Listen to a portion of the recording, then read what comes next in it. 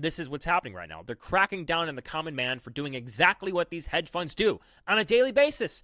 Exactly what the media does on a daily basis to short the hell out of these brick and mortar stores, drive them into the ground so that they can make a few bucks. We're doing it on the opposite end, and so they have to stop you from being able to do this. Cash App was one of the first, even before Robinhood, to ban the trading of apps like AMC and Nokia.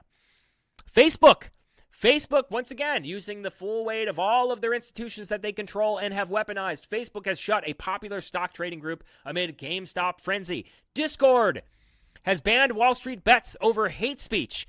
Now, they say that this hate speech has nothing to do with the stock market and what's going on, but I want to point you to one word here in this article, and that's communication. Communication tool. Now, this is exactly what they did to another movement that wasn't approved by the American regime, that wasn't approved by these billion-dollar corporate elites. The Trump movement. They cut the line of communication from Trump to his supporters.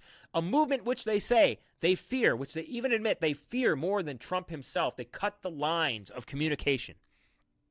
This is what you do in war.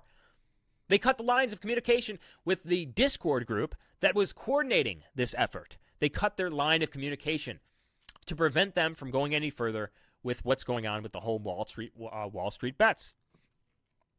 It's the system striking back against a movement that's not approved. And I've talked about this before. There's a very easy way to find out if a movement's approved or not. You just look at how the media talks about them. You just look at how the billionaires talk about them. And then you'll find out how if that movement or if that demonstration or if that protest is approved by them and created and supported by them or not.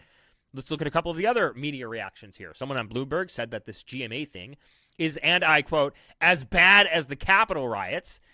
Bloomberg's calling it a stock insurrection, so they're using they're using the same terminology, the same words and labels that they used against the Trump movement, against Trump supporters, when they use the full force of the institutions that they control and have weaponized against them, cutting their lines of communication, destroying their lives forever. If they couldn't get the federal agencies to crack down on them and arrest them, then they had the mainstream media print articles with their faces on the front page and destroy their life forever.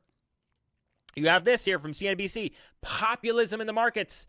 This is rage, economic anxiety by young white men who don't have enough sex. This is basically what the mainstream media is saying right now.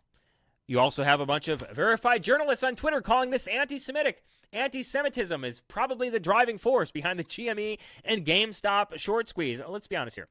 Yes, it is true that there's a vastly overrepresented amount of Jewish Americans who are billionaires in this country. Yes, it is true that there's a vastly overrepresented amount of it's like the top 6 companies, corporations that own all of the mainstream media are owned by Jewish Americans, but it's not all of them, okay?